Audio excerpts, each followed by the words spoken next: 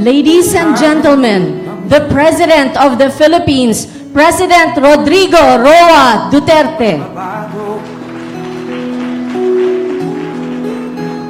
Sawa na ang bayan ko sa magnanakaw na tao.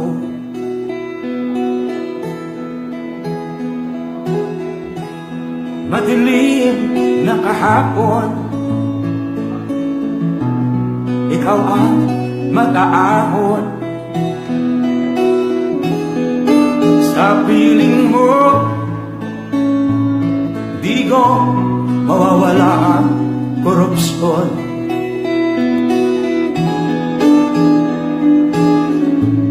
Tayo na, Pilipinas, tayo na magbago. Hawak kamay tayo. Once again, President Rodrigo Roa Duterte.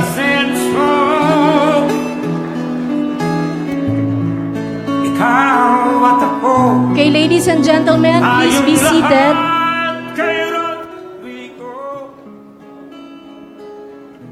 Good evening again, everyone, and welcome back to the second part of today's event for the Manila Times Economic Forum. We have another special award for this 2018.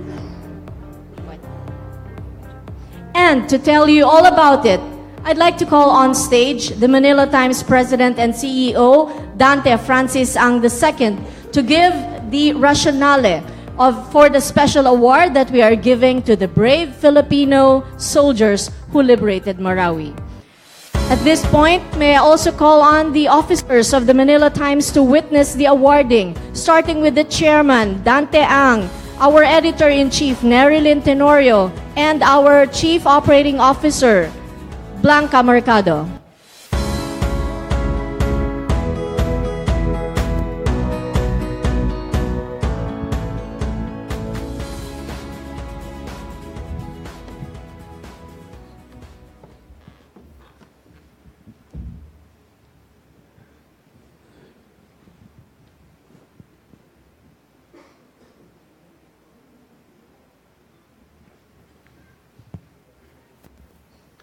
Mr. President, members of the Diplomatic Corps, ladies and gentlemen, good evening.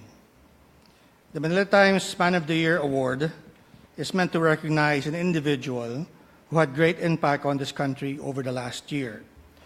In 2017, the Times presented that award to President Rodrigo Roa Duterte, who was just half a year into office. He shook up the Manila-dominated establishment with a promise of positive change and a firm resolve that even early on drew both criticism and praise. Months after that, President Duterte faced a major threat when ISIS sympathizers laid siege on Marawi. As you know, we Filipinos are no stranger to rebellions. But what we saw in Marawi was different. It was not just the intensity of the attacks that people found unsettling, but it was also the presence of foreign terrorists, the sophistication of their weapons, and their large war chest. Our own military does not recognize that our intelligence and security forces were caught unawares, but certainly many of us in the public sphere were surprised. The authorities, which first declared that the fighting would be over in days, if not weeks, found our soldiers fighting for about 5 months. More than 1,000 were killed, including some 160 of our men in uniform. Many more were injured, and countless others suffer from post-traumatic stress disorder. But finally, Marawi was liberated. It is to those who fought valiantly, including those who perished, that we offered the Manila Times Man of the Year Award for 2018. Had our soldiers failed, we would not be here today.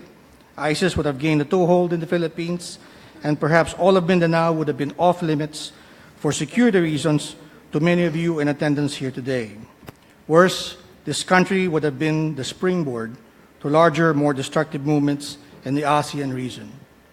We should not let our guard down just yet. As the government and other experts said, the fundamentalist threat remains. And we have validated this with our own investigative reports published earlier this year. For now, we sleep well at night, thanks to our men and women in uniform whom we are honoring today. They not only shed blood and witnessed many of their brothers fall, but they remain ever vigilant and professional. This award is our modest way of saying thank you. And so on behalf of the Manila Times and a grateful nation, congratulations to the soldiers of Malawi.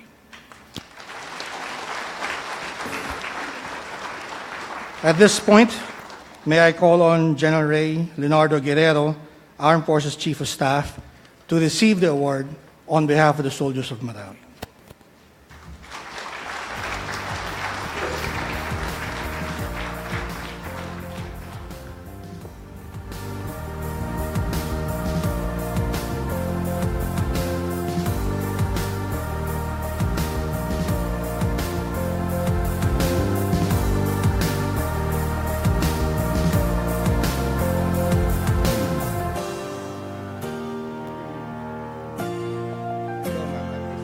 At this point, on behalf of our valiant soldiers who liberated Marawi City, we will hear the acceptance speech of General Ray Leonardo B. Guerrero for the Manila Times 2017 Man of the Year Award.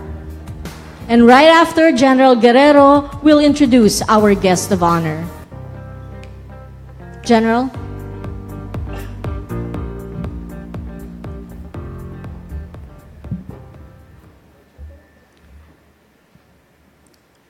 President Rodrigo Roa Duterte, other distinguished guests, ladies and gentlemen, good evening.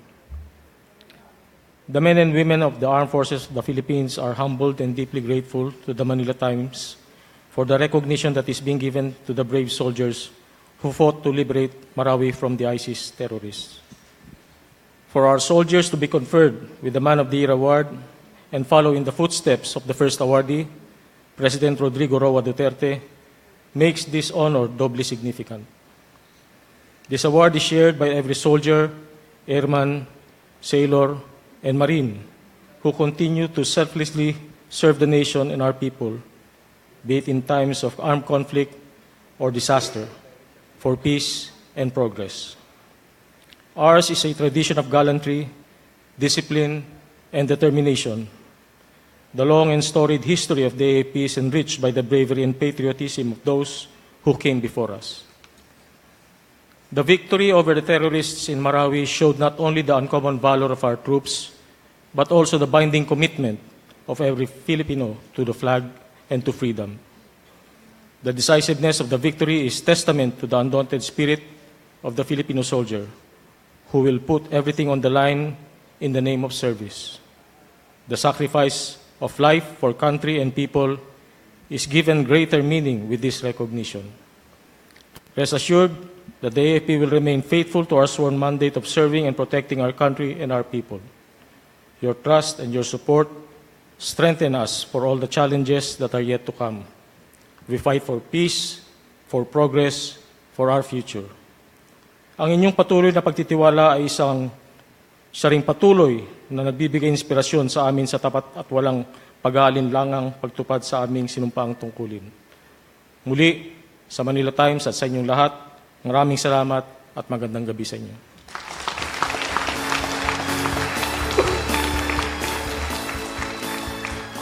And now, allow me to introduce the President of the Republic of the Philippines and the Commander-in-Chief of all Armed Forces, Mayor Rodrigo Roa Duterte.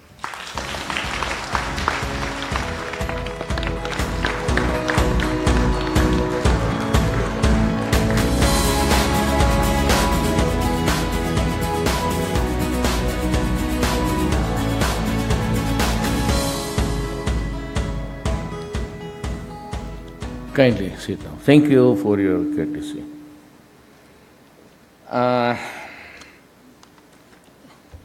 Allow me to say my apologies. I was ready to be here on time, but some intervening events in progress in the country, problems actually.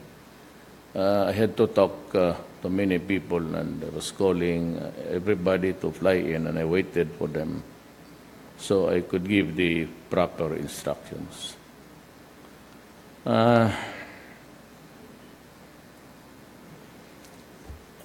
Let me state my case with a predicate. Predicate is, I mean no offense. There is no ill will in me. But as a worker of government tasked to look after the welfare of my people, I have to say things here which might offend your sensibilities. The only maybe redeeming factor after this speech is that it was all done in good faith, and the truth must always be known to everybody. For it is not even a question of race or creed or tribe or family. It's a question of humanity. So I will just dispense with this. Let me just say my acknowledgements.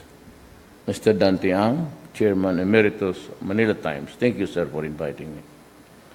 Our Man of the Year, he heads the organization. I had no doubt in my mind that we will prevail. About the only reason why it took us too long is my orders were, one, so many hostages were taken that we do everything, all that is possibly, humanly possible, to avoid deaths of the hostages. Second is said, do not destroy the shrine and holy places of the Muslims in Marawi, because it would not be good for us, and it will only arouse the anger of the Muslim world. And I told the military in a command conference, together with General Guerrero, remember, it is to our national interest that we face this problem with sanity and not anger. Of course, we have our different individual sentiments of really what's happening, but the larger interest, the bigger view is that, remember, we have 2 million plus Filipinos working in the Middle East. They must know that we respect their religion. Islam will be adored by all. And so, mind you, I said, my mother is a Muslim Maranao, because her mother is a Maranao. My grandfather was Chinese, and his name was Lam. So, yung kayong mga, although yung Muslims, do not be offended, or from Marawi. But that was really what worried me. And the third was, we were fighting a new kind of war, a new environment. Because aside from the hostages with them inside the buildings, they were able to capture so many buildings in the downtown area. And were really also able to pre-position themselves in critical points of the city. And so it was not a fighting in open space. Our soldiers are fundamentally trained, or at least the most basic is really in a free range, in the mountains where the NPAs are, or even in urban areas, but not so many buildings and houses, not so many civilians to worry. Now, they were able to position themselves, and they have perfected a new art now, and it's being used by the communists. there is almost no confrontation now, and that they would only just shoot from a distance. Sniping or sniper fire is the new war. And I told the policemen, called them, because, and the soldiers, that one was killed yesterday, surprisingly just standing in detachment. Detachment is where there may be checkpoints along the highways. And I said, if that incident is true, then you have to learn again a new environment. You have to reconfigure and you have to reinvent your military doctrines. Because in Marawi, we were facing a cover of the enemies, cement, pati bakal, the buildings. And they kept on sniping us as we were. And so I lost 167 soldiers and policemen. Now this comes this human rights idiotic thing. You know, it started with the service of a warrant of arrest for a guy there was issued a warrant by the court for arrest. And the crime was cooking shabu. So when the policemen went there to arrest them, they were met with heavy gunfire. And the police is no match for any high-powered interdiction. So we had to call on the Marines. And the Marines are battle-weary, maybe, but they are always ready and hardened soldiers, adept and ready to die. And indeed, they died. Because as they proceeded on that Papandi Bridge, they were met with sniper fires. So they were in the bridge, no cover. So 9 Marines died the following day. And all because of that incident of Shabu. I cannot see the reason why I'm the first head of state to be chosen by these idiots when there are so many things in the Yunga and so they're fighting and well, but I have this transmittal. I cannot reveal it, but I can tell you now. 3 days after, they were discussing. I was already listening to the tapes of their conversation. It was provided by me by another country. But the conversation was somewhere in Philippines and New York. Lloyd Reyes was one of them. And there was this, see you in the headquarters when the case is filed, blah, blah, blah, blah, blah, blah. I knew in advance that they were onto it. Problem is, this case, from the looks of it, it's all politics.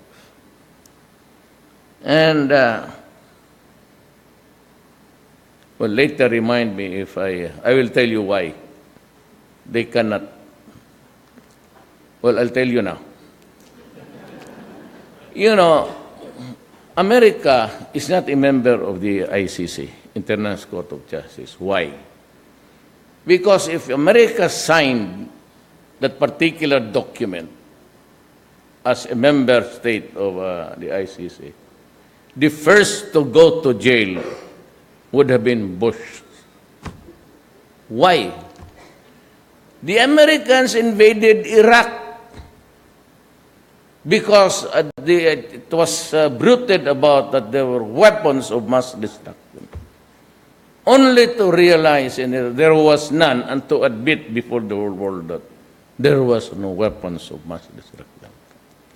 Here I am, I'm fighting a serious problem, and this lady, and that is why I said, if you convict me, find a country that promotes death penalty and kill me by a firing squad. I would be very happy to face it.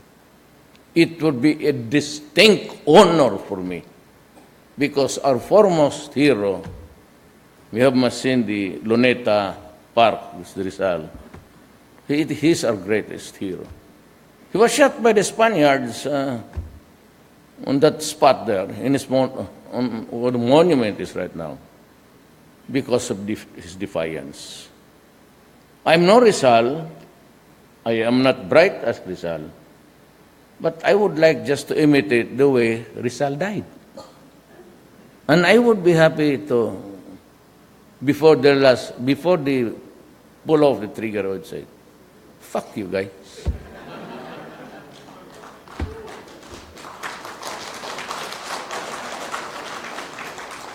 You know, my oath of office simply says, reduced in its simple words, I, Rodrigo Duterte, having been elected to the position of President of the Republic of the Philippines, blah, blah, blah. The meaning and all it says, I am here, swear to God and people, that I will preserve the Republic of the Philippines and protect the Filipino people. Period. Wala nang iba. That is my guidance. And they keep on hammering, you know, Duterte is repeating his words, encouraging police. You know, the police, before they are policemen, they go to an academy. They go to school for 3 years, yung basic patrolman there. And for an officer, it's 4 years. And for the military like Jagger, they stay in the Philippine Military Academy for 4 years. And one of the things that they are really hearing every day here, there is that you do not follow illegal orders. I never gave an illegal order to General Jagger. What I said when I was mayor here, it was turmoil and everything was topsy-turvy and our income was just 800 billion pesos. And I was running a big city, paying for the policemen, paying for the teachers, paying for the bureaucracy, and paving the roads and everything. It's almost 1,000 kilometers of road network in the rural area. Where will I get the money if we continue to be poor? And so I said, I will make the city peaceful. I will stop drugs. So I say to those who want to destroy my city, do not do it. Because I will kill you. And for those who want to create a generation of slaves to a chemical called shabu, which they will hunger on every day of their lives. And if they're without money, they will go for the kill, steal, beg, or borrow, just to have that shot to remove the monkey on their back. And there are about,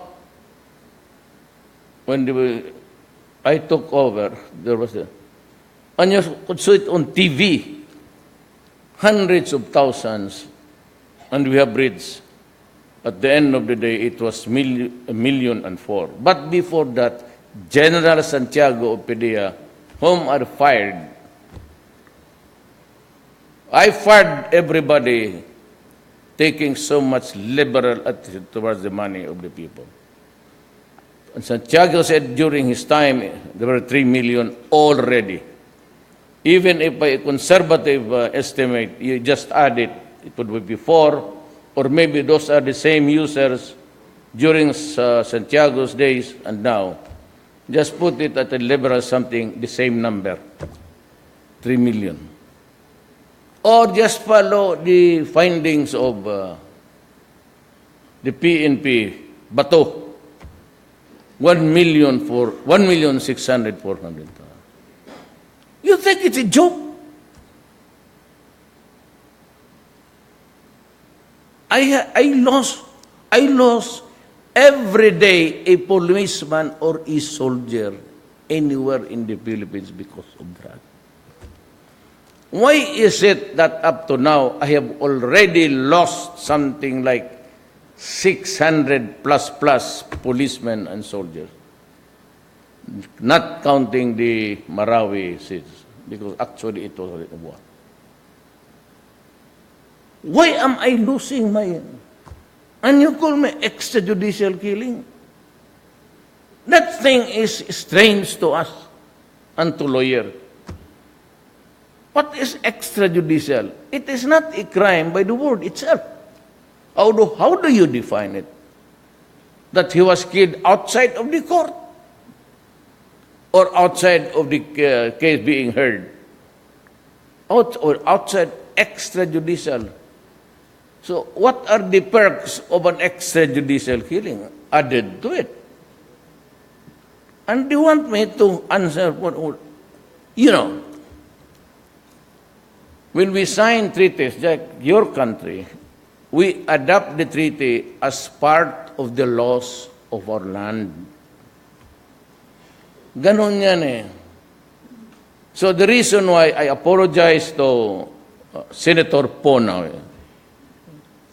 and I will apologize because I have just, Senator, you can understand that I have to say my piece of what I believe is the reason why I ran actually, and only because my daughter agreed to run as mayor to take my place over. And the most important thing, the Supreme Court allowed him to run,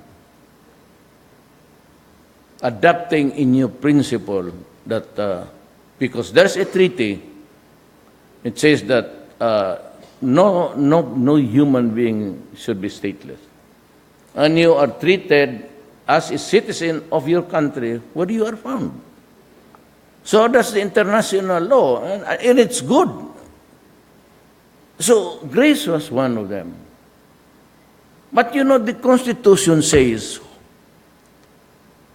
Filipinos who run for the presidency must be natural-born citizen of this country.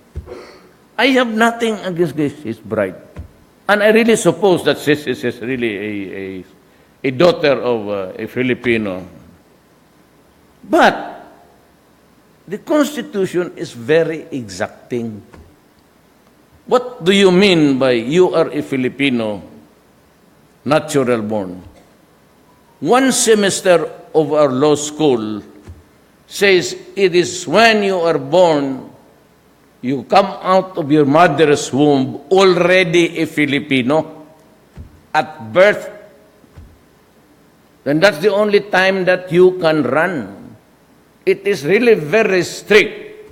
And that has been impressed on us almost, as law students, because the Philippines must be really a Filipino. And if you happen to elect a son of a bitch, well, that is not the problem, not even the problem of the military and the police. If it's really an idiot, if it's the choice of the people, so be it. That's what our law says. Yan ang problema dyan. Kaya ako dito ngayon tumakbo ako. So, it was about that. But I vibrated. What did I promise you? Had no money, no supporters. In Manila, not even a single kagawad. Who supported me in Luzon? North. Only Amy Marcos.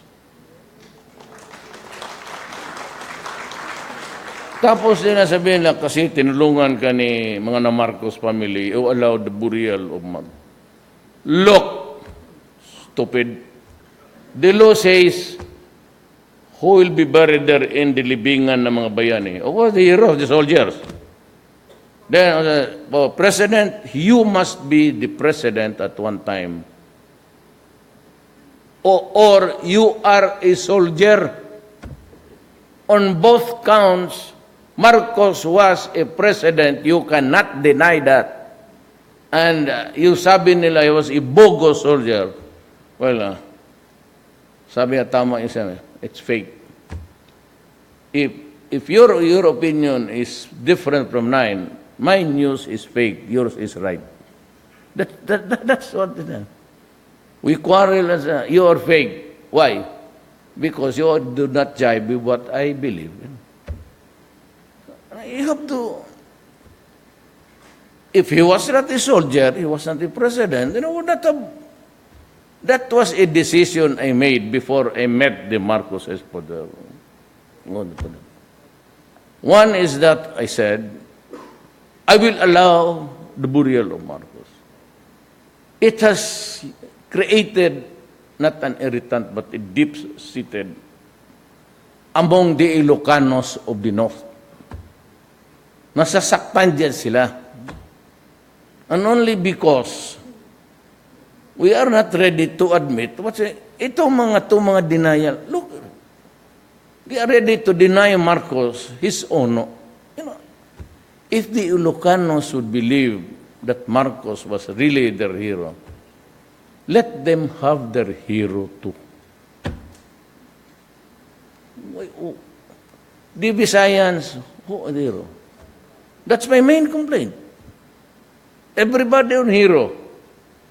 Well, what about the Visayans? None. But you know, it was Magellan who killed the first colonial. He killed, Lapu-Lapu rather, killed Magellan. He was set foot on Cebu. Pinatay talaga siya ni Lapu-Lapu. But Lapu-Lapu was a Muslim. And so was Raja Suliman of Manila. And they were all Malays. And because they came earlier than Magellan. So when Magellan landed in Leyte in 1521, Islam was already thriving in Mindanao. All of the tribes, Maranao, Maguindanao, Iranon, Sama, then Kagan of Davao, Tausog, tapos doon sa Basilan, mga nagsalupo din. There are many tribes. So, yun ang nangyari. This problem of ours is not ours.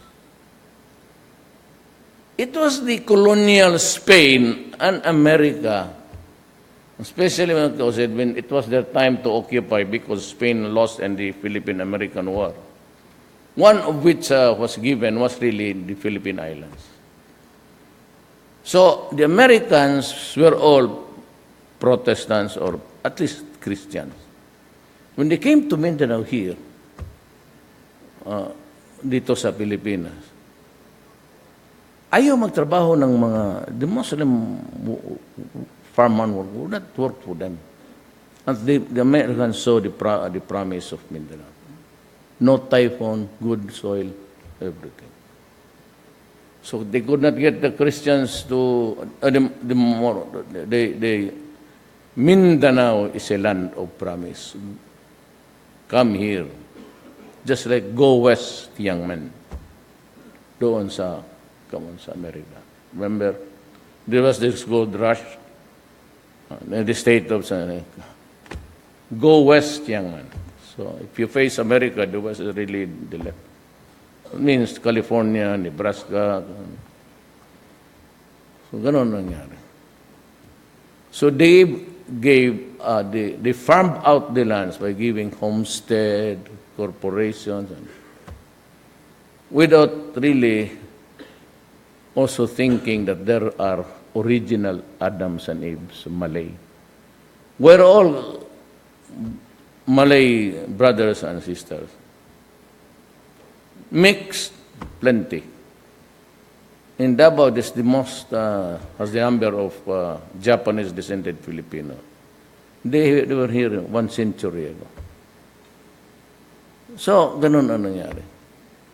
So, because at that time, Mindanao was very, very, very big. So the Visayans came, and later on the Ilonggos came. So they went to this southern part of the city, occupying here and there, because it was big. Nobody was claiming ownership of the. It was simply big. During 1949, this thing here was a dirt wood. So now Mindanao is very small because so many people now claiming the title which their ancestors came till the land. Karamihan yan Ilocano. Then mga Bisaya. So now it's trouble. Because along the way, the investors before, the minings were all Americans. Most of the lands were given to the Spaniards, they called the insulares. Those were the Spaniards born here, not in Madrid, but they were Spanish citizens. Yun ang nangyari, pagbibigay. Now,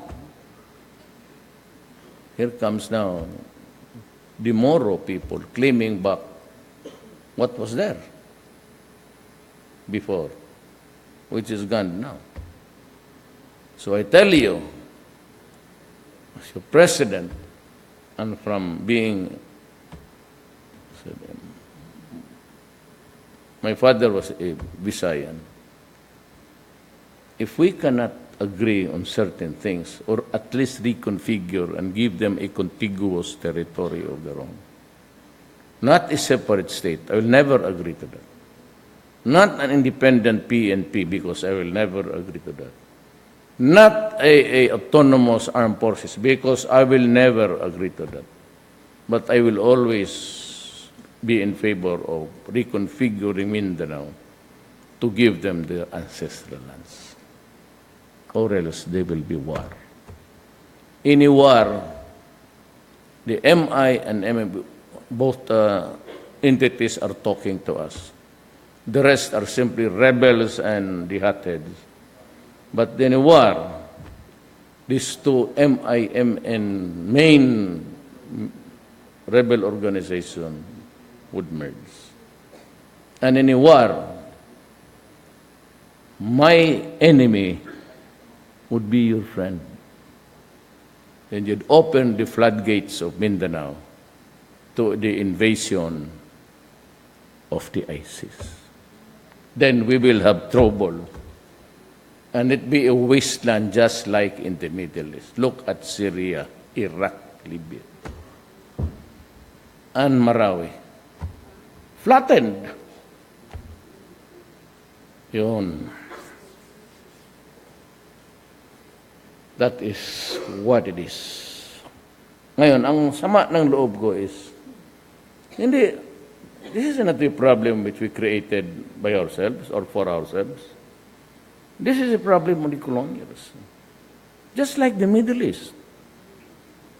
Just like Malaysia was taken over the British, Indonesia by the Dutch, Philippines by the Spaniards, and the colonials, just like the Middle East, Britain had its own country sponsor, patronizing Saudi Arabia. Some countries went to Italy, American, and they built their empires. What? At the expense of what? Of the oil of the Arabs.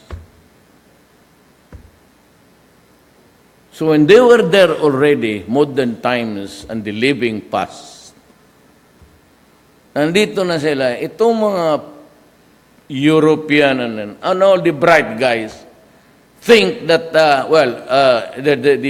the footprints are so deep now. Time for a climate change. So we also join this thing here. But I said, okay, We cannot go down. We'll go kaput. So there's a ceiling. This is our usual output. Okay, I will reduce it proportionally. You, since you are there on that level, you also want to cut a little bit. So progressively naggumaganon. So, in a word, we will never reach the heights of our industrial prosperity kasi pinipigilan because of climate change. But by the way, how much is the contribution of the footprints of the Philippines? 0.00. We only have 4 factories. There's no factories around it. What we have is a fucking thing that... kasi no maganahan yan. Then they impose their moral. Ako, again, I would assure the Canadian people, we are friends. We do not hate you. We love Canadians because there are a lot of Filipinos there. Let them come home first, and I will say you what is in my heart. In the meantime, I'm lying.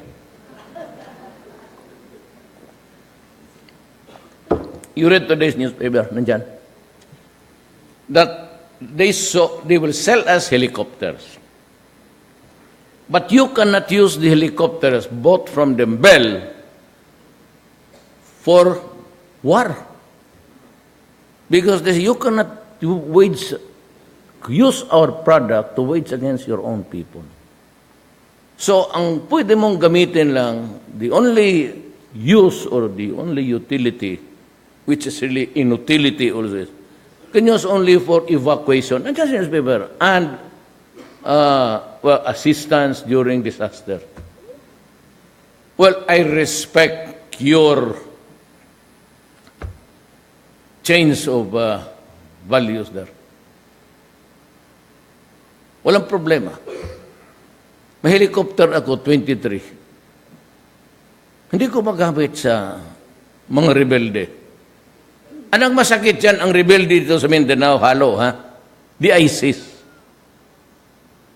So they want us to fight the ISIS. Our day-to-day business, we can never have the edge because we do not have that attack helicopter. So do not use our helicopter. We will sell, but only for evacuation. So I must just order the army to go there in front, use the slingshot, and die there so that I can use the helicopter for which it was bought. Sabi ko kanina, we will stop buying. I am no one, but I said, anything that is arms, do not. Canada is out. We respect the policy of the Canadian people, well and good. Do not buy anything that has something to do with arms. But if you need cosmetics, you want to be beautiful and beauty products, okay, you can buy them.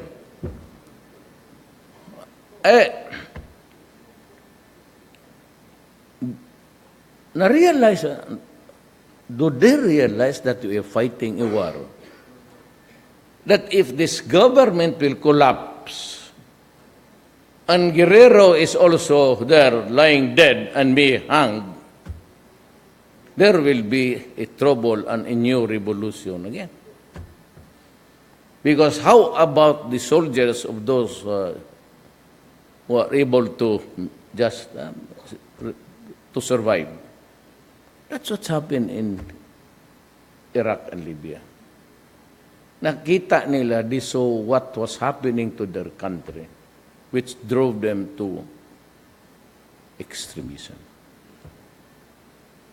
The respected leader, like Gaddafi, when he was captured, he was treated like a dog. He was in a culvert in a canal, and Saddam was hung. And so the country is now fragmented because it belongs to who is in power, who has the arms and who can have the capacity to kill people.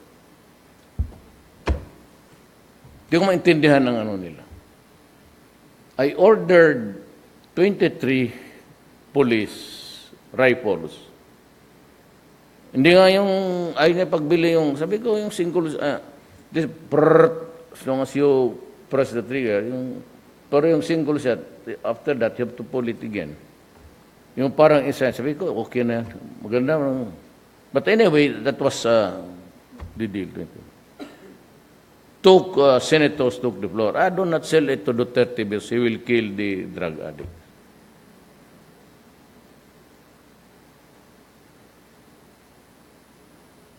Who is the leader in this town or in this planet would not say that if we...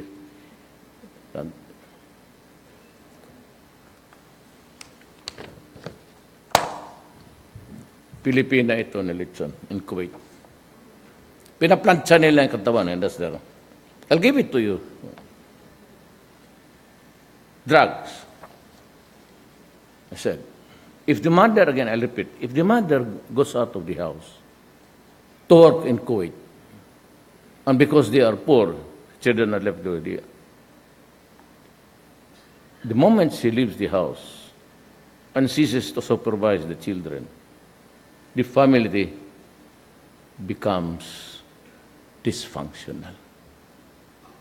If both parents, father and son, leave the country to work outside and pass the children to yung mga aunts, uncles, they are not supervised, they are not loved as really their children, and they go. Ito kasing mga drugista, if they live in a community, they know who has the money. Because shabu is for the poor. That is a merchandise for the poor. It is not for the rich. The rich now, they use cocaine. Marami dyan. The rich people use cocaine. And they have their yachts. And they have their airplanes to do it. Walang magawa ang gobyerno. But that is expensive, and it does not destroy as much like cocaine. Why? Because they are grown. Tanime. May tawag dyan. Itong shabu is a mix of deadly chemicals. That is why pag pumasok sa utak yan, it shrinks the brain. And most of the shabu natatamaan, ang mga mahirap, rehab completely is no longer visible. And if they do it per hit is 200 per day. The end of a week, it's how much? 20,000? Times it by 1 month, 1 year, then compare that with the number of people affected by 1 million plus. If it's 3 million, that's be around 206 billion industry. Kuntahin mo, you'll arrive at the same number. 206 billion. Mahirap si, ano ba ito? Is this, ano ba ang hotel na ito? Papalipat-lipat ko. This is the 4th hotel that I've been to. So I am late. Called for, I will tell you now why I was late.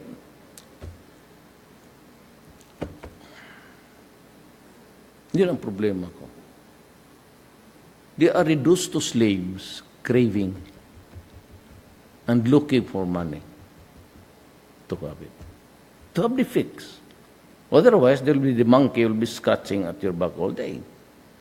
The only relief is you have to have your fix. Na itong mga tao na to, alam nila kung sino ang may regular na pera umaabot. Alam mo kung saan? Galing dito.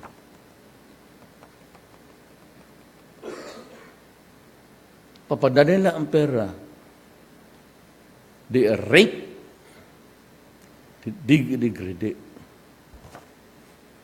and they injure it because.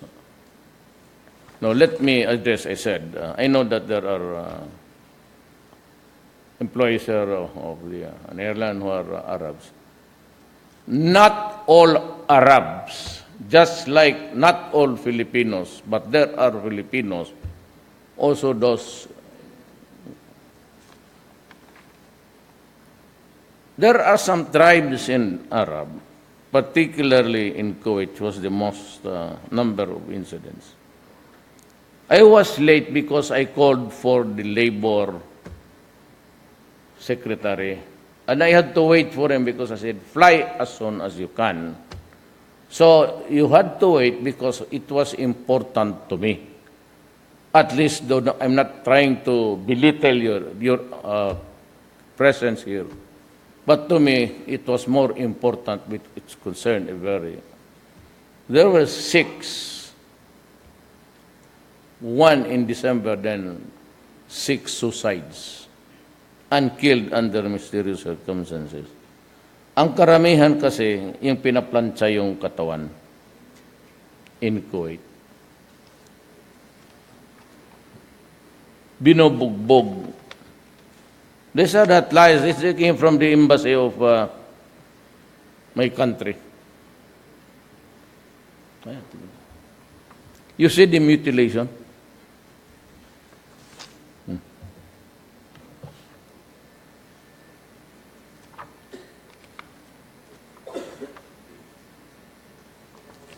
I'll give you.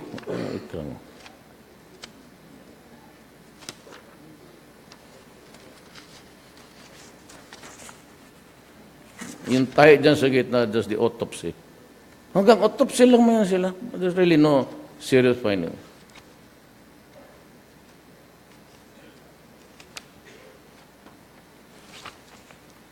Was dragged by a police upstairs,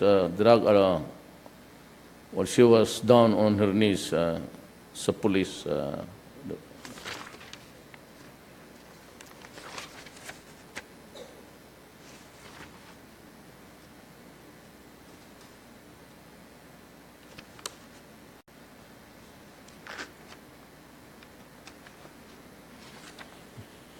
Broken it. Ano ito? Yung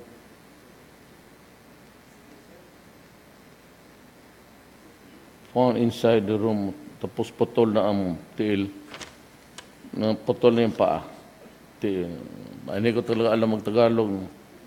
Kayo kasi mga Tagalog, ano yung mag-aral ng Bisaya? Kami noon may Tagalog subject kami. Ano ba sabi ko, bakit mag-aral ng Tagalog? Hindi naman kayo nag-aral ng Bisaya. Kaya ang ginawa ko nung presidente ako, I created the Order of Lapu-Lapu. Kasi sinabi yung historical commission ko, si Badoy, kung Badoy, bantay ka sa akin. Kaya yung hero namin, was a Muslim actually, was brave. Anong ginawa ninyo sa hero namin? Kami mga Bisaya, the tribe, cannot call Bisaya, we are, kung Cebuano kami, we are called, our tribe is Sugbo. So the original from Cebu would say, ano ka, Sugbuanon. That's the tribe. We have tribe, just like Maranao and Marami, but the conversion of the religion was another thing.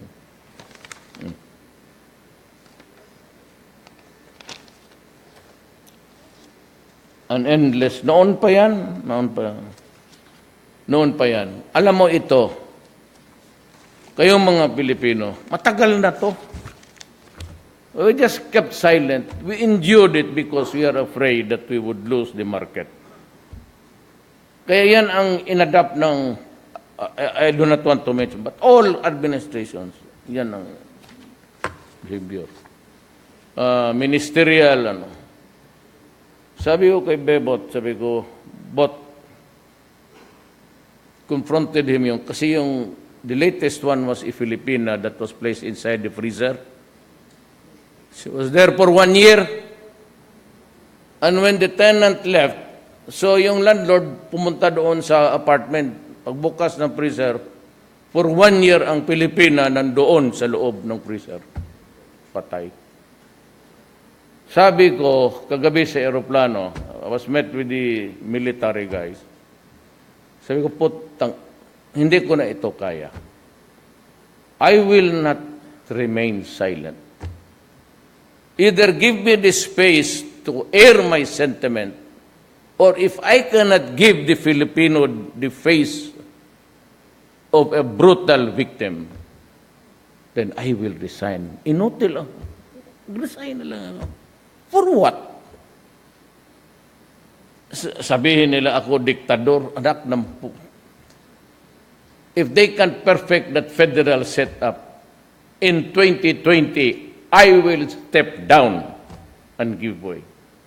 That is my commitment to you all, educated guys. Do not mind about yung, hindi ako ganun. I've been mayor of this Davao City for 23 years. But for the time that I was, sabi na diktador ako, no, I was just strict. At saka ay talagang ito, sabi ko, you know, we love Kuwait. I know a lot of people who come to Kuwait, and they are good. But the problem is the culture. Hindi ko na kaya tanggapin to. I will not keep silent, but I will really confront you. O ito ngayon. Look,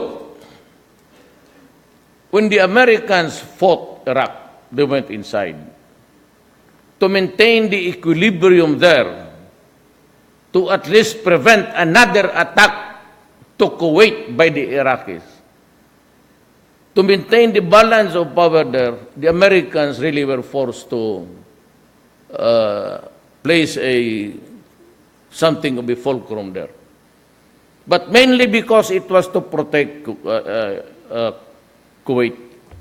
Because Kuwait was invaded by the Iraqis. And when the Americans there came alongside to serve that war there of Bush, alam mo, I'm sure at the behest of the Americans, it was the American-British expedition, because of the behest of these two countries, I just don't know who, we contributed 760-something doctors and nurses. They were first deployed there in Kuwait before they entered Iraq.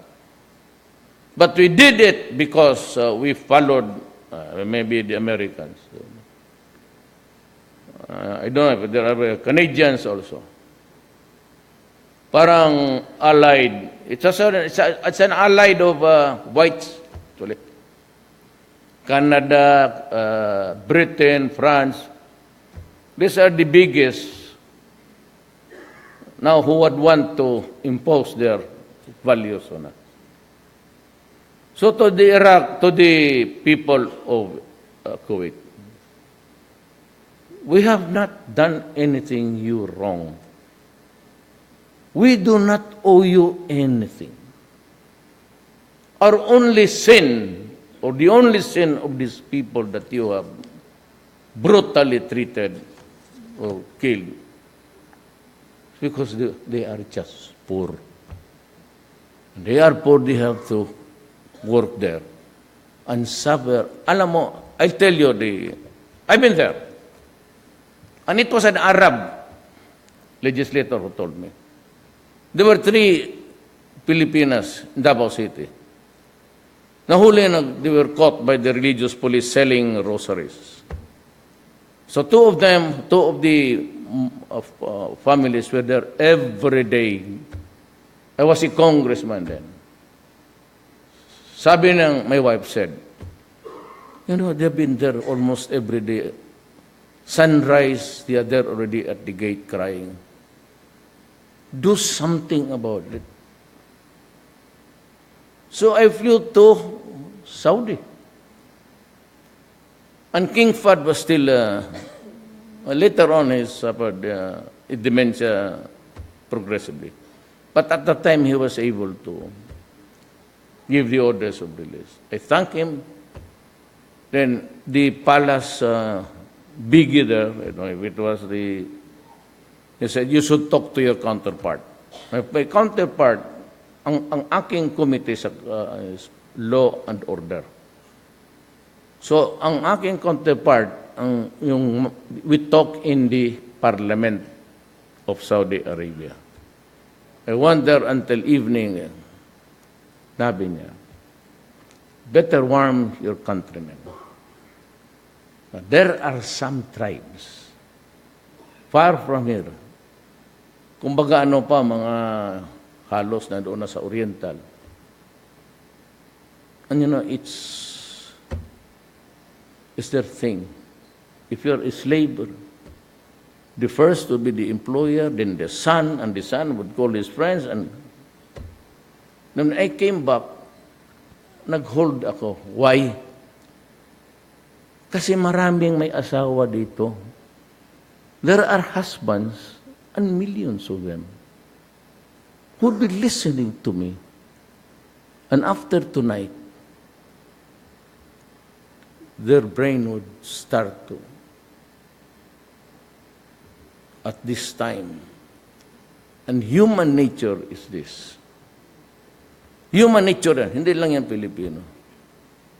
When your wife is raped, you are angry at the world, not so much about the rape case, but you take it against your own wife. And that's the start of a family. Or the husbands would say, well, anyway, my wife is being used by somebody. He gets his pregnant neighbor. Mga kaliwan, it's biology. Huwag na tayo magwan. During the presidential debate, Duterte perceived to be so have many girls. What? You have mistresses. So, it's all biology. You take out biology. What are we here for, goddamn? Might as well die. You come here, you listen, then you go home. So, without biology, what are you supposed to do with your prick? Flatten it? How ganun ang magsabi? I talk that way. They say I'm bastos, I'm a vulgar person. Correct, I am. But at least that's the truth. You might not want to hear it. It might be indecent language, but that's the truth. Yan ang problema. Kaya hindi ako nagbitaw. Kasi I know that there will be, the gray matter between the ears starts to work. And he will now begin to picture what is happening there. I kept that, I controlled myself, and only a few Filipinos. Sinabi ko, and the military. Tinago ko, but now I cannot. Hindi ako, I said, we do not take revenge, there's no vengeance, no nothing. I simply want to address myself to the people of Kuwait. We serve you, we help you. We went to war. We sent doctors. Is this the way you return? Or sweat? Is this the way how you reciprocate the goodness of the Filipino people? I'm just asking. Because if you really want to do it, you can do it. If you say that, stop that stupid thing. So Bebot said that we'll just talk and arrange. So what about the Filipinos? I will use all the money of government to fund their livelihood, sir. All the money that there's no such thing as a country without money. You know, is borrow. Ayon, mga economists, meron bang, is there a country in this world which has no money, even those countries are fighting day-to-day, killing people with nothing, not productive, but they have the money? Yes. Why? Because there is money. You can always borrow. Or you give concessions to foreigners, especially that gold in Africa and the copper and all. Then go there. Mining, I'll stop mining, open pit. I will close Boracay. Boracay is a cesspool. Nandiyan si Architect Palafox. He will tell you what is the tragedy of. Now, during the election I was there, yung basura was just 20 meters away from the beach. At a distance, you say, the cotton balls of Boracay was a white sand. But you go into the water, it's smelly. Smell of what? Shit. Kasi lahat doon ang palabas nila. So Boracay, in a few hands there, is destroying the environment of the Republic of the Philippines and creating a disaster coming. There will be a time that no more foreigner will go there because he will have, when he go back to the plane to where he belongs, he will be full of shit going back and forth to the restroom.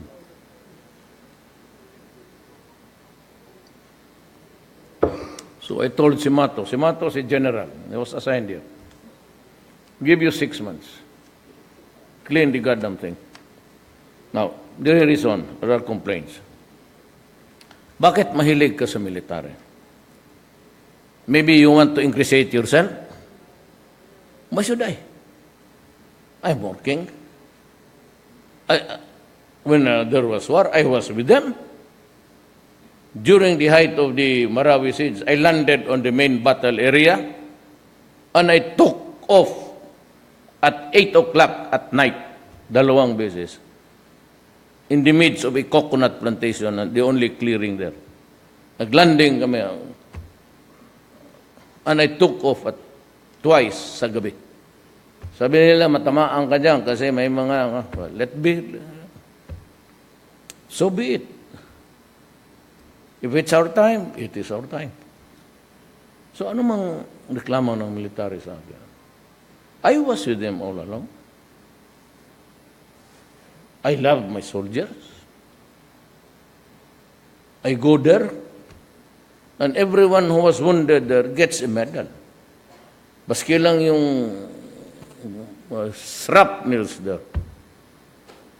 Because, masakit na nga yung tamtak yung putang ina eh. Even a tamtak would, because every soldier who gets wounded, good that I ordered, I said, the Lapu-Lapu words. So I gave every soldier who wounded there, medal. I toured the entire land. I went to Hulo, I've been to Basilan. I was there with them. So, bakit ako magpalakas sa military? I'm a dictator? I mean, Jagger should relay it to the officers yung kaharap ninyo dyan. Get into their heads that nobody should be a dictator in this country because the military will not allow it. It is not allowed under the Constitution.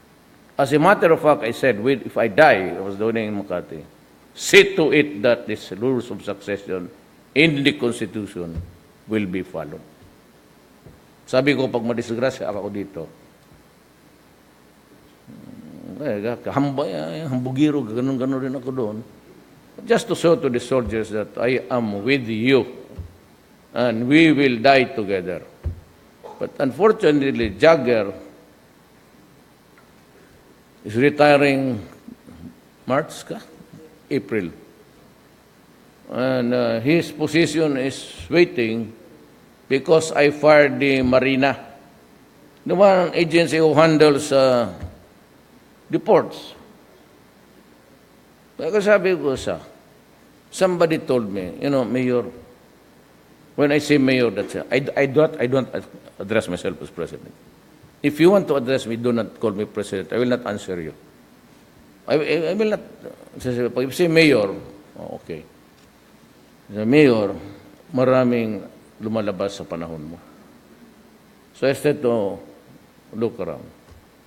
Ang unang tinamaan, forgot this guy. Sabi ko, he had 12. Itong style ng mga buang Climate Change Conference in Africa, nandoon. Climate Change in Europe, sa Switzerland, nandoon. Climate change in California, nandoon. Conference about... Ilan bang climate change ang pinapasukang putang inang yan? Sir, kasi we have to share the knowledge of what climate change so that we can control. Putang ina ka. Sige, climate change. Dumami tuloy ang bagyo sa Pilipinas. Palabas na lang, may pinupuwit pa na isang bago nandito sa...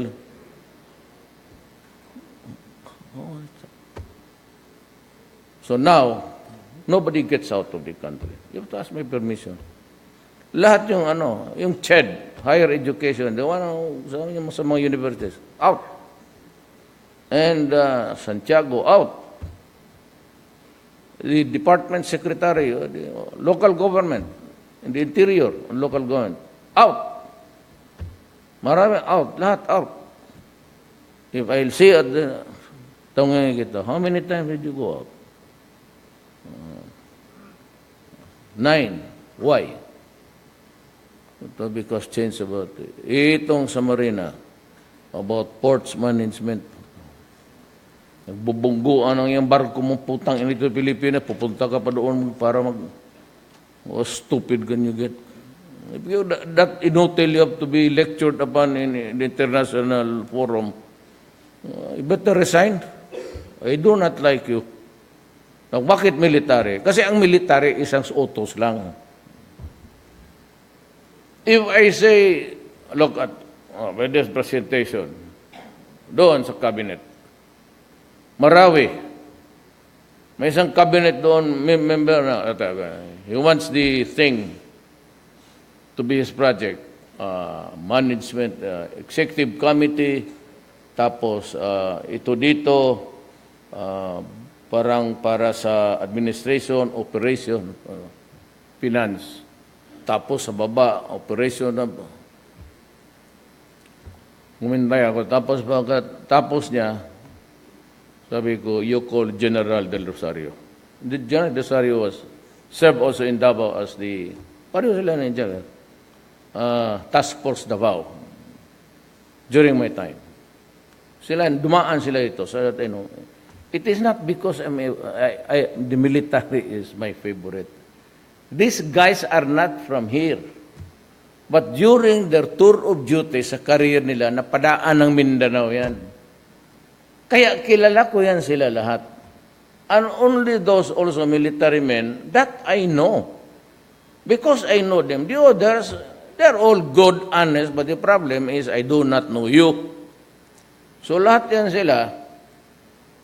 Si Anyo, he became sabi ko, tumulungan mo si Mato. Now, Jagger will assume, so I'm looking for another guy. Ako naman, I always follow the progress nila.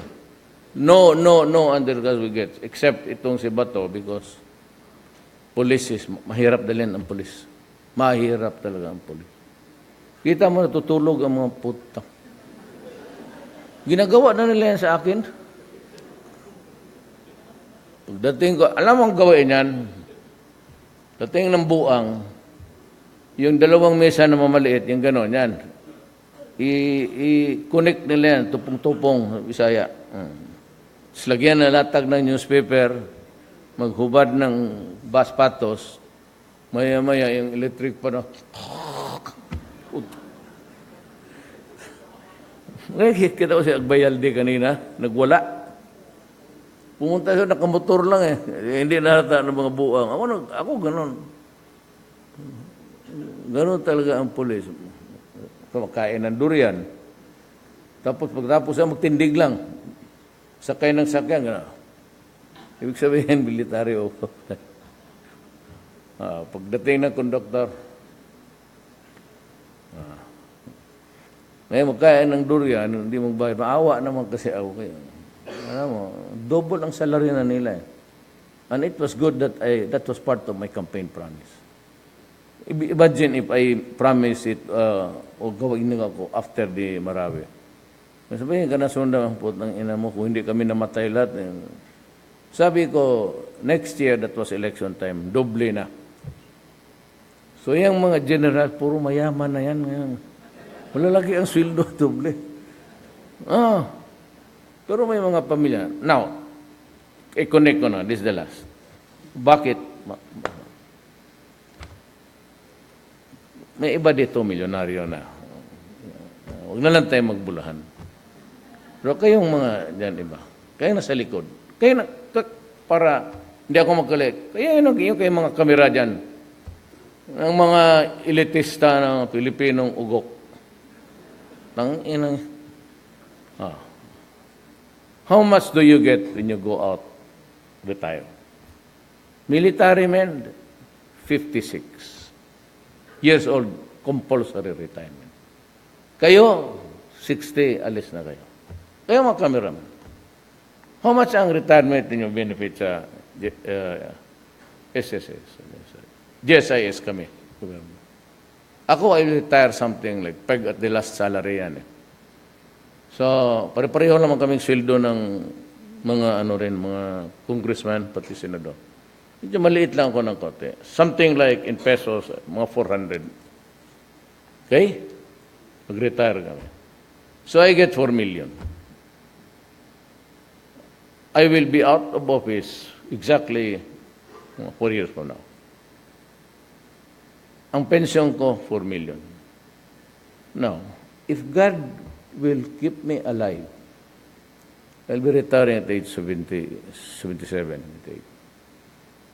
If I get to live another 10 years,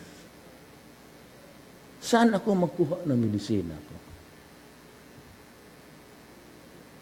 Inday si family. Maski nasabihin mo si Inday may, sabi ko sa inyo, meron ako dapat niyang 40 million plus. That's all the money. No, kayong nandyan sa higher echelons of society, kaya mga negosyante, you want to find out, I will give you the authority. Pindutin mo lang at lalabas yan. I said it could not be more than 40 million, including my inheritance. So, yan lang. If I get to live for ang sundalo, ang mga sarhento, mga korporal, magkano sweldo nila? At magkano ang savings, kung meron, if at all, o magkano ang kanilang pensyon? 56 years old, mag-retire na. At that time, ang mga anak nito, patapos pa sa college or papasok pa lang.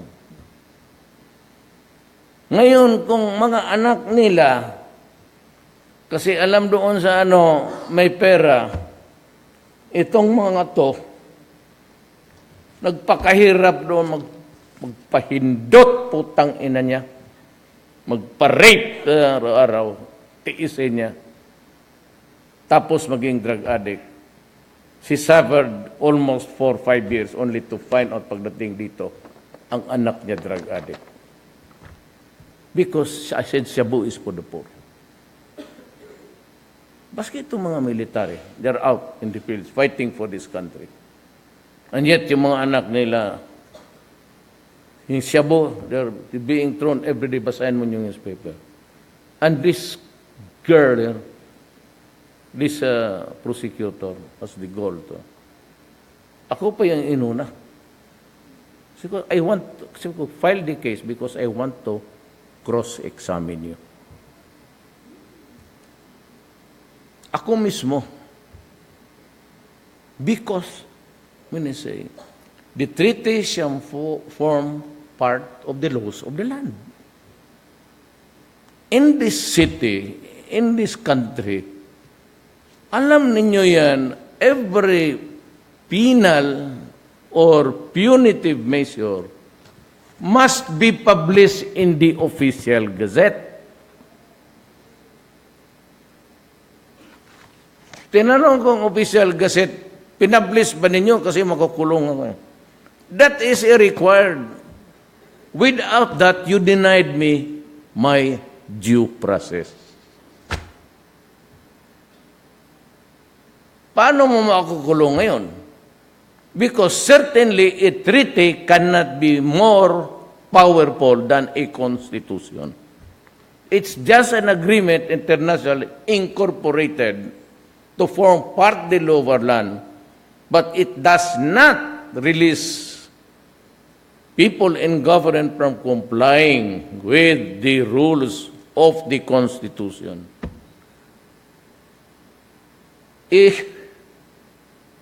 Tanayin ko lang, did you say to it that stupid law, that actionable wrong? Common law sila eh. What are extrajudicial, extreme cruelty, mga ganun, blah, blah, blah, blah, genocide. That's what happening now in Burma. Bakit sila ikurog yung mga military doon? Pero let me end this by saying, let's just na kasi. I hope you can carry this message. What's your name? I respect you as a woman, but as a lawyer, medyo masyado, do not go into that kind of adventure. It's a messy one, and I assure you, I'm not bright. I'm not the brightest lawyer in town. I do not even rate myself as good. Ano lang, fair, whatever. But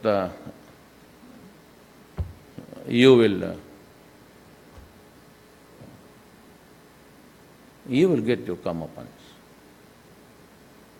You cannot just people takutin mo na Trillanes ang sasayaw-sayaw. Buong walang alam eh. Yan ang mahirap sa mga gustong power. They want power. Hungry for power. Attention. There's one guy na nag-mutiny. Putang ina, sikat pa ngayon. Pa ako, kasi because if you argue with stupid people, you cannot, there's no medicine for that. There's no cure for stupidity. So the best way, sabi nga kay Inday, hayaan mo na yan. Kaya hindi nanalo, look at what he got, 4% of... May PMA man sana yan, pero may nakalusot ang buang. I don't know why. Ako, believe ako sa mga... Kaya I'm getting them to work for me. Actually, yung cabinet ko, almost all, with the addition of the cabinet is now heavily infested with military men. Dalawa lang kaming Bisaya dyan, puro Ilocano yan sila lahat. So, ito, classmate ko, Ilocano, Kinam. He used to work for the immigration. He's my classmate. Retired na. So, let me state it, that I announced the banning of tao sa Bebot. I don't give a shit. Sabi ko yung suspension. But I have to, as president, I have to give that problem a face. Okay. Yung ibang presidente, diplomatic protest. That's garbage to me. So if you do not like us, say goodbye. So I will work. Somehow we will survive. Ganun lang tayo, but we will survive. In the fullness of God's time, I tell you, we will make it. Basta wala lang corruption.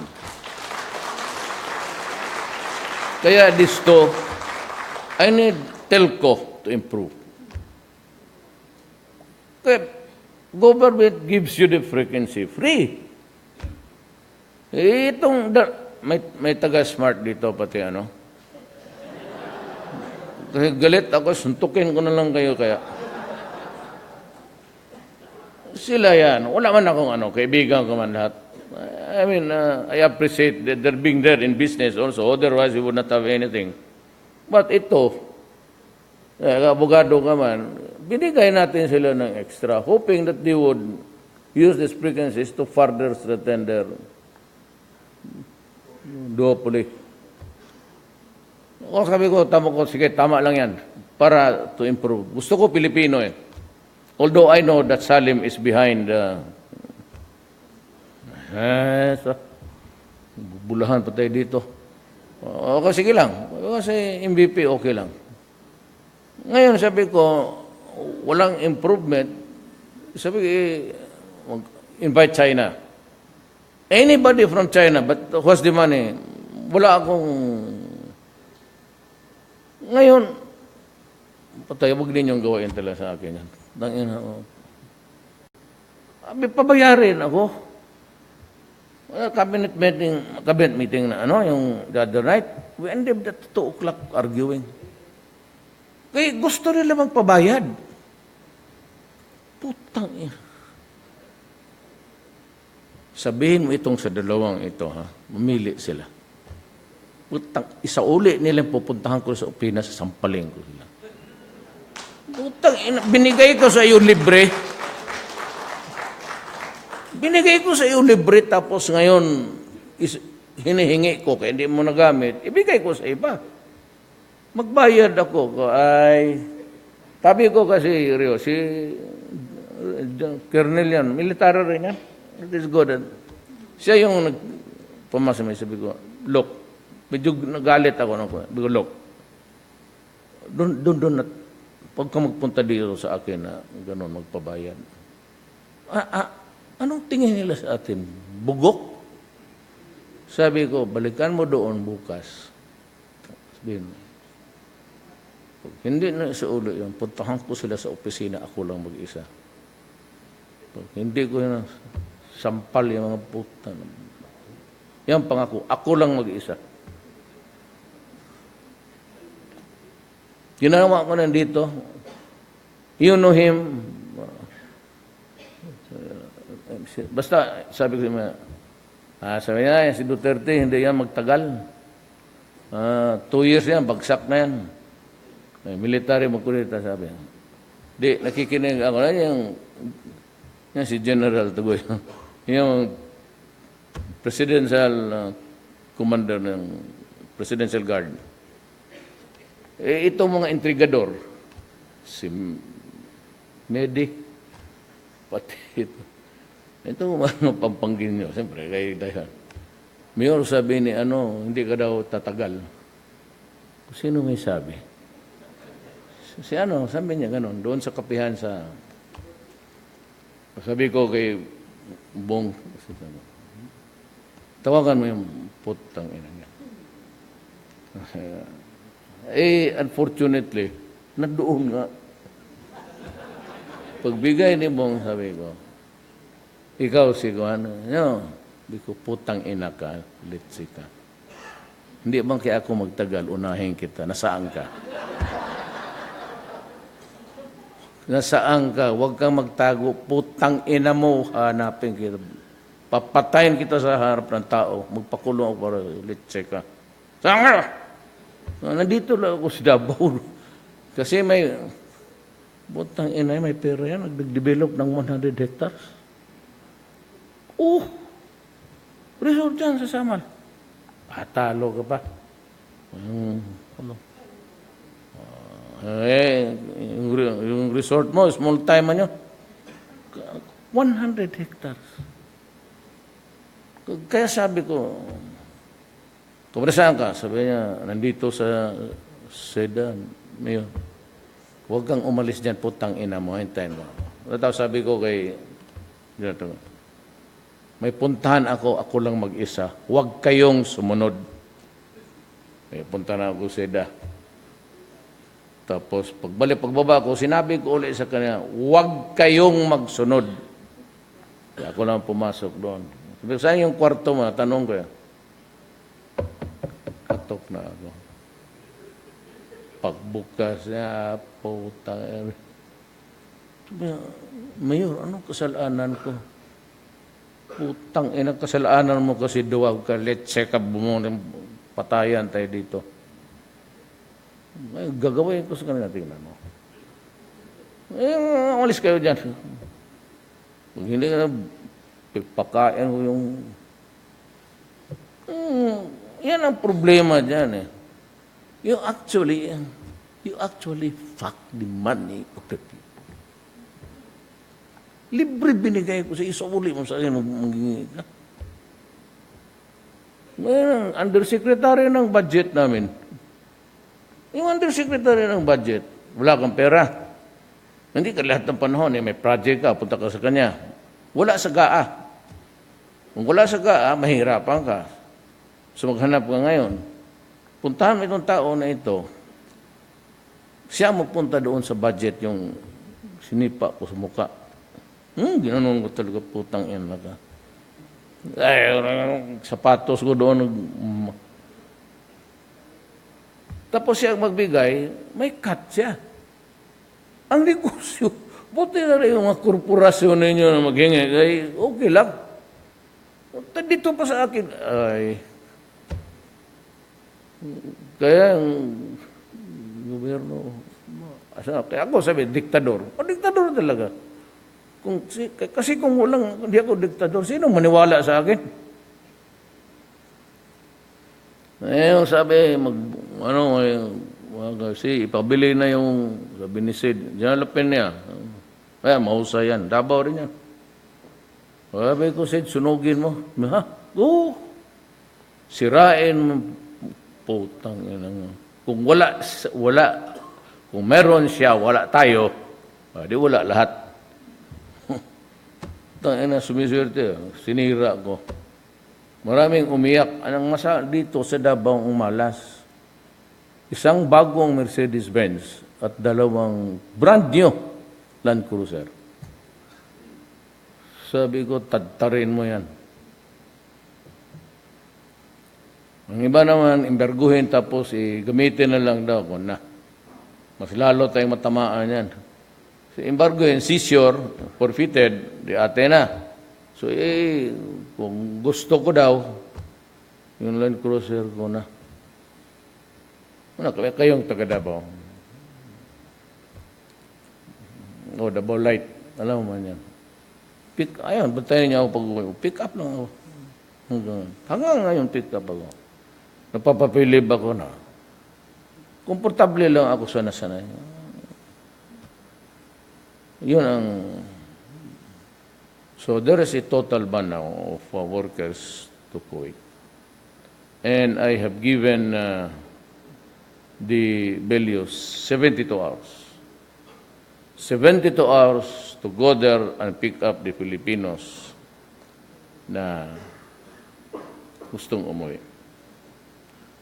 Kung gusto ni Luciutan na sweetie kami, padala siya ng 5 eroplano doon. Tapos libre. Doon pa ako makain sa kanya bukas ng gabi.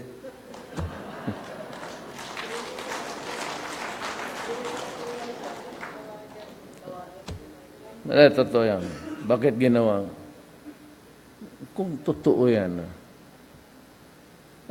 huwag mo na sabihin sa kanya, 6 billion.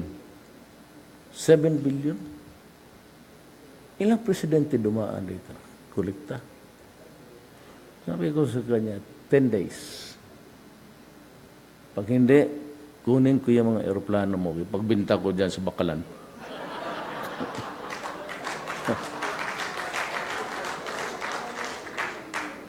Marami yan. Ako, hindi ako nagmamakalinis, ha. Huwag mo sabihin na ako nagpapakurni dito na ako. Pareho rin tayo na ano. I have faults. Plenty, as a matter of fact. More than yours. Pero, alam mo, ang malas pati nitong komunista, magkaibigan kami niyan. Kasi left talaga. Hindi ko sinasabi ako, membro ako ng Communist Party. Alam ng military yan. Left talaga kasi dumating kami dito sa Davao. Itong lugar ni kay Dominguez man to, classmate ko yan. Sani? May-ari nito.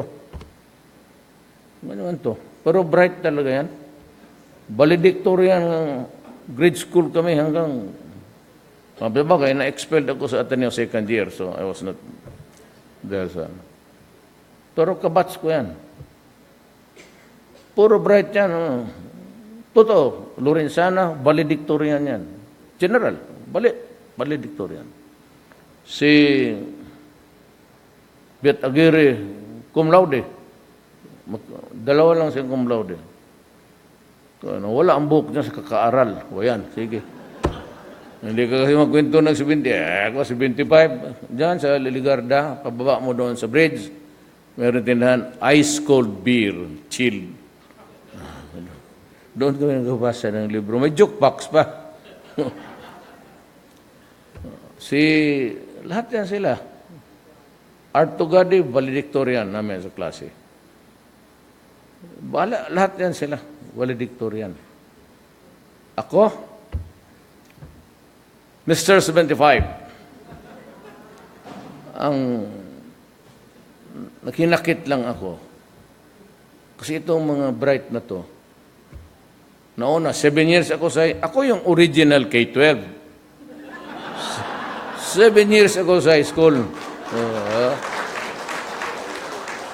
Ngayon yung anak ko, si Veronica, sabihin nun dyan kay Secretary Brunes, bakit man yan sa inyong haba-habain pa nila? Sabi ko, nak, kalma ka lang.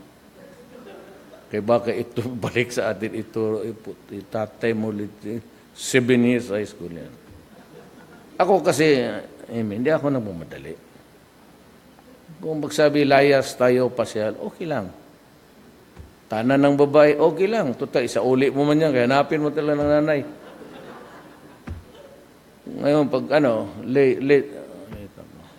Pero alam mo, minsan, ang Panginoong Diyos, sabi niya, kayong mga bright dyan, kayong mga bright na kilala ni Duterte, magpila kayo sa Malacanang, mag-apply kayo kasi ang boss ninyo naghihintay na doon kay maraming otos para sa bayan. So yung 75, ito ngayon ang boss ng mga 95. Ganyan lang ang buhay. Ganyan lang ang buhay. That's life. But there are certain, I said, we have all our faults. I'm going, but alam mo, mano rin ako kasi marami akong sa Bisaya apan. English is but of the matter is sa Tagalog ano yung pag-translate ng yawa niya, ano ang sabi, paano sa pero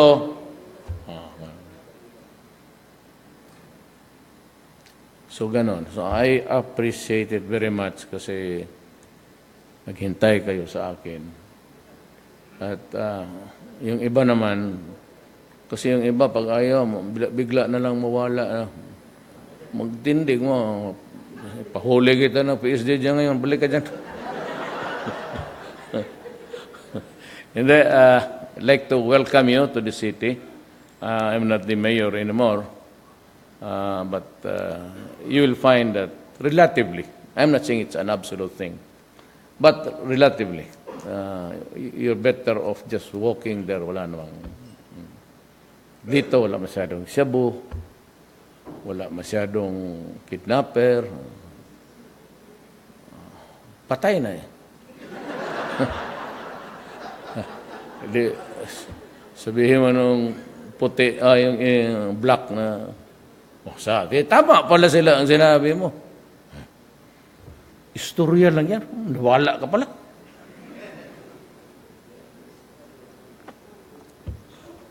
I am a worker of government precisely to administer. If you have any question now, tell me. Or ask me so that I can respond properly. Or ganito yan. I've told you, anybody of you complaining about corruption, go to Malacanang because I will have space for you in my schedule.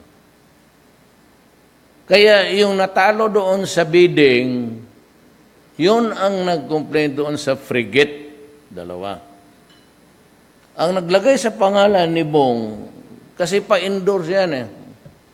Bong, kasi, there's nothing wrong there. Wala na, is complaining. Kasi, bakit? Yung winning, bakit hanggang ngayon walang order of delivery? Kasi nga, nag-away si Mercado, pati si Lorenzana. Gusto ni Mercado yung Hyundai, yung original na Hyundai na kanyang gusto ni Mercado palitan ng iba. Ayaw ni Lorenzana kasi matagal na. Yun lang naman walang pera. But, I don't know, gusto niya na ibang armas. Sabi ni Lorenzana, wag mo nang pakialaman yan kasi ang armas dala na doon sa purchase. And that was purchased during the time of Aquino. Si Gasmin ang nag-sign dyan sa contract. Walang pakialam to. Naglagay lang naglagay ng Bong. Kaya nung sinabi nila na nag-intervene, tapos tumawag, may Senate investigation, sabi ko, Bong. Kasi sinabi sa kanya, magandang loob, sigalong because total executive session. Sabi ko, yan ang wag mong gawin, Bong. Demand an open and transparent public hearing. And demand how this came about, the originals, para makita and that it may be to their sorrow. Lalabas talaga yan dyan. Kung bakit nagkukumpit silang dalawa, maglagay ng... At huwag kang pumayag ng secret meeting dyan. Harap-harapan, sabihin mo, yan ang nangyari. Hindi ko nakita yung... Hindi mo talaga niya nakita yung papel. Kasi na-diretso man. Kasi... Military, ba't pa siya makaalam? So, diretso na yan doon. To comment. Hindi si Bong. Si Mercado. Tignan naman, wala kami pakialam dyan. Sabi ko nga sa inyo, and if I am found lying, you can ask me publicly, any one of you, may kilala kayo sa Malacanang, walang commercial document na umaabot sa Malacanang. Kung ikaw cabinet member sa Department of Highway, iyo yan. Hindi mo kialam. Huwag mong padala sa akin for approval. Kasi noon, in the past, magdaan doon kasi kasi si Major Dia walang pakialaman. Hindi dumaan sa kanya yan. Pagka kay Sunny Dominguez yan, iyo yan. Ang problema iyo, pati ang solusyon. Wala akong pakialam. There will never be a time that may even a little of effort na magtingin ako ng dokumento. Wala ako. I do not call. Marami mga military, tanongin ninyo magkikinig. I do not call I did not even call Jagger.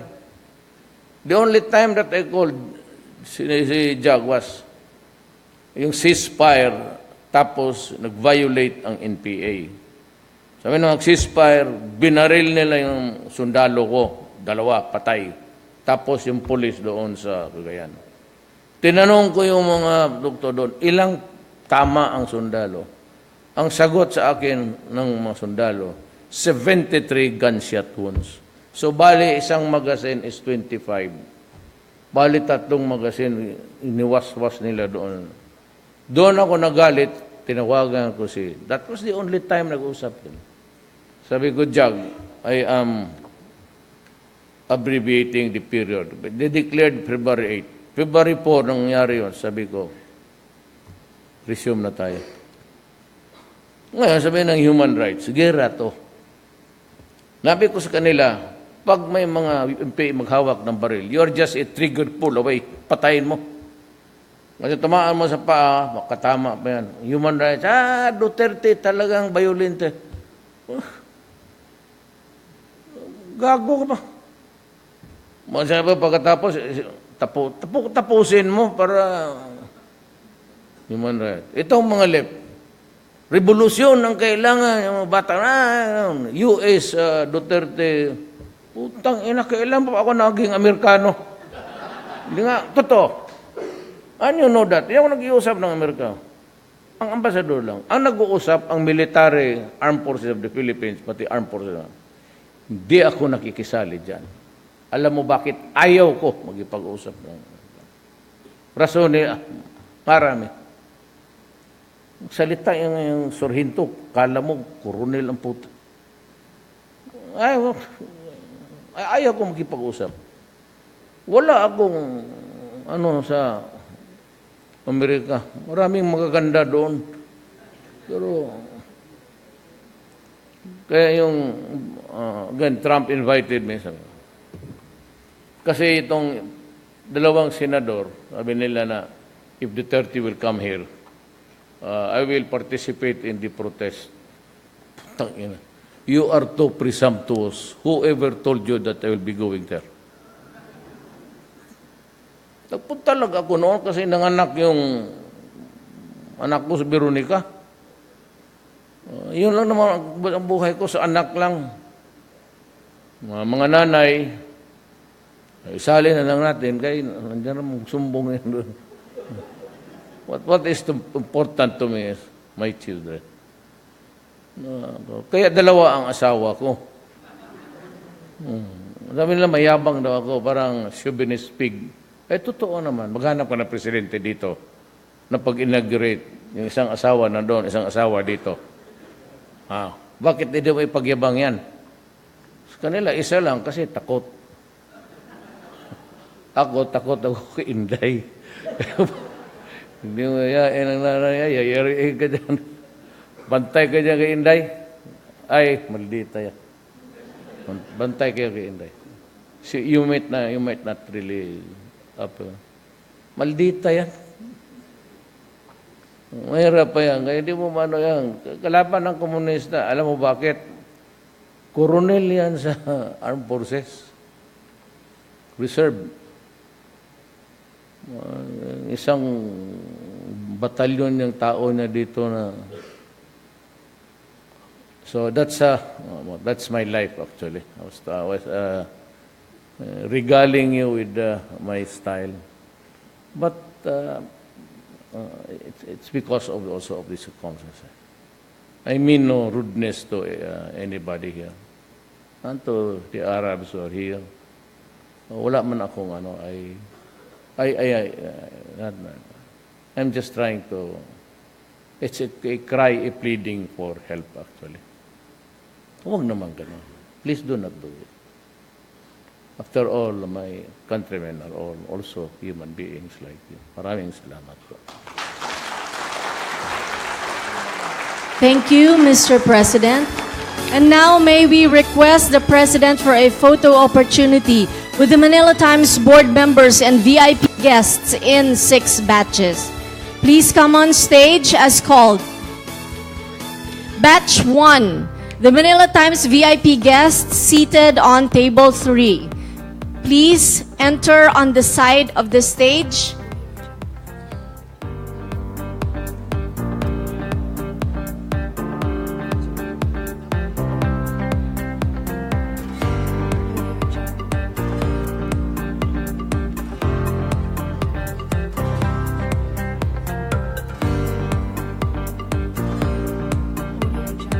And as they are posing, we would like to request batch number 2, the Manila Times VIP guests seated on table 1 to please also be ready here on the side of the stage.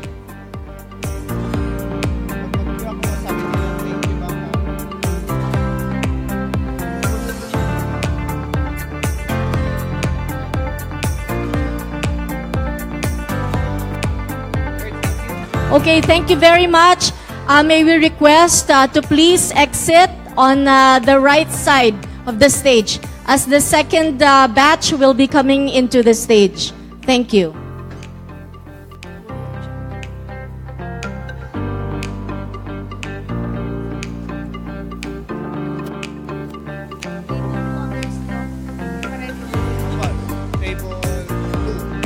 Okay, we'd like to ask also batch number 3, the Manila Times VIP guests seated on table number 2.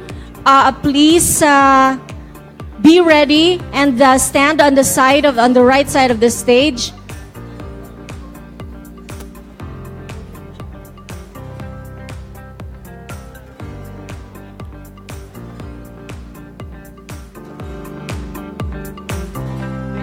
Okay, thank you very much for the current batch.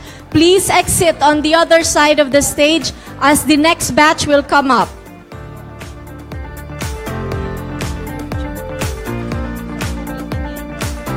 Yeah.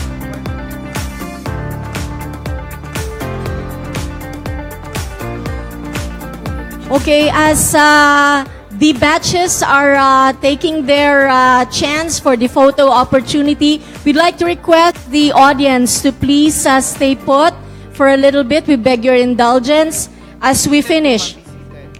Please be seated. Please be seated. Thank you.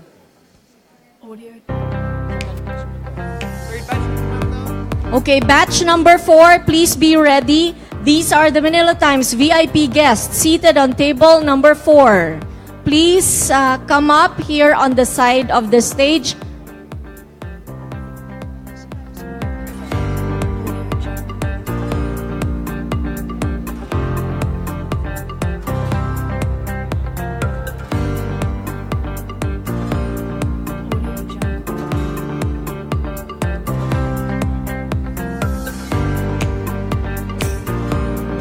Okay, thank you. Thank you very much. Please exit on the other side of the stage for the current batch. Thank you very much. Okay, ladies and gentlemen, please exit on the other side of the stage already. The next batch is coming in. Thank you.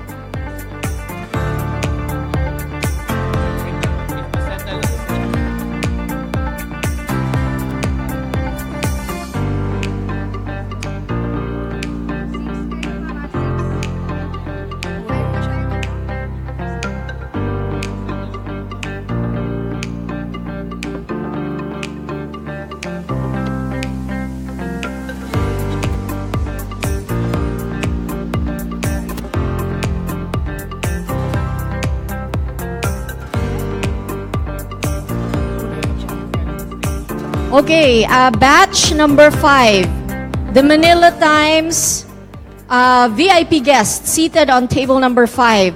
Please stay here on the side of the stage and wait for the current batch to finish the photo opportunity.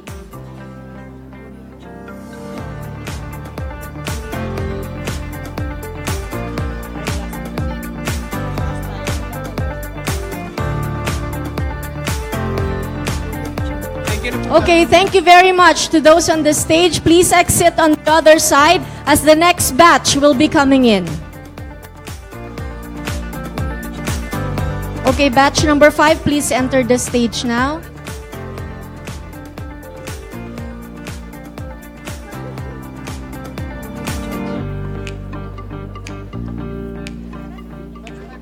Batch number 5.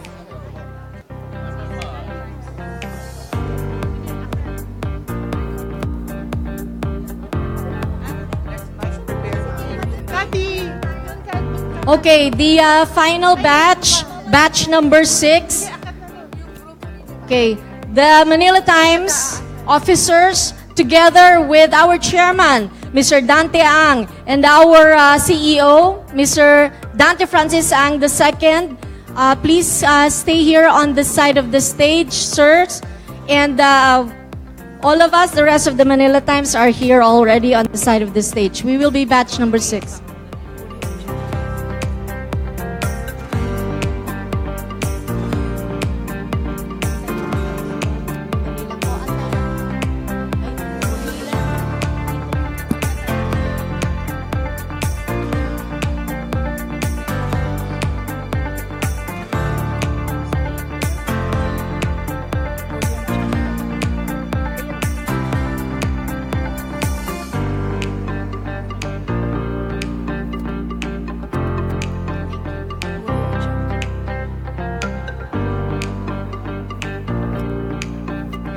Okay, thank you very much for batch number 5.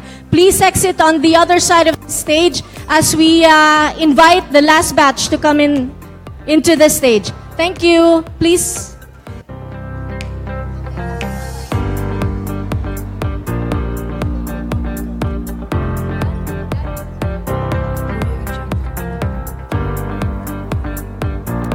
Thank you very much.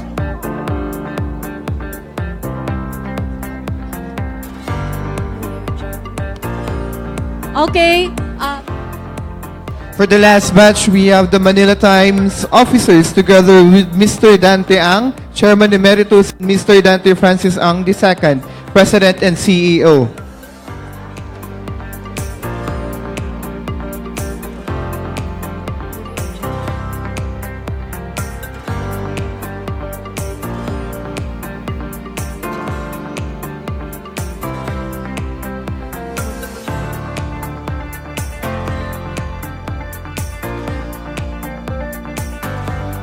Thank you. Thank you, Mr. President. Thank you for being with us tonight. Ladies and gentlemen, that ends our program.